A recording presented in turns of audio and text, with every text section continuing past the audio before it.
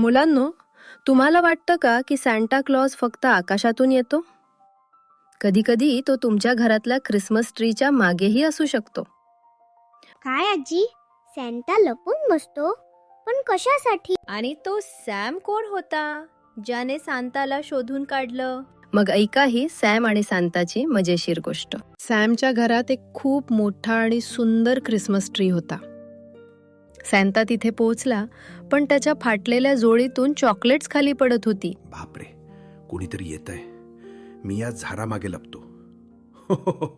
Oh no. अरे, आपल्या झाडाला आज पांढरी दारी कशी फुटली? आणि हे झाड हो हो हो असा आवाज का करतंय? अरे, मी झाड नाही, मी एक जादुई लाल फळ आहे.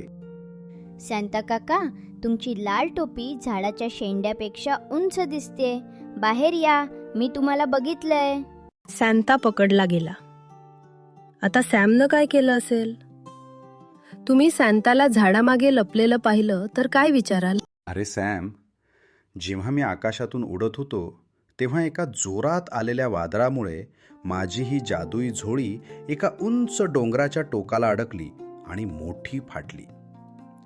आता मी रिकाम्या हाताने मुलांकडे कसा जाऊ? मुलांचा ख्रिसमस तर माझ्यामुळे खराब होईल. सांता काका, माझ्या बरोबर चला. मी तुमची जोडी शिवून देतो आणि माझ्याकडे असलेली काही खेळणी मी स्वतःहून तुम्हाला देतो, जेणेकरून दुसऱ्या मुलांना ती मिळतील. सांतानं मुलांना खेळणी वाटली. मुले खूप खुश झाली. वा सॅम, तू तर ख्रिसमस ट्रीपेक्षाही जास्त चमकतोयस तुझ्या चांगुलपणामुळे. तर मुलांनो, ख्रिसमसचा खरा आनंद लपाछपीत नाही, तर एकमेकांना मदत करण्यात आहे.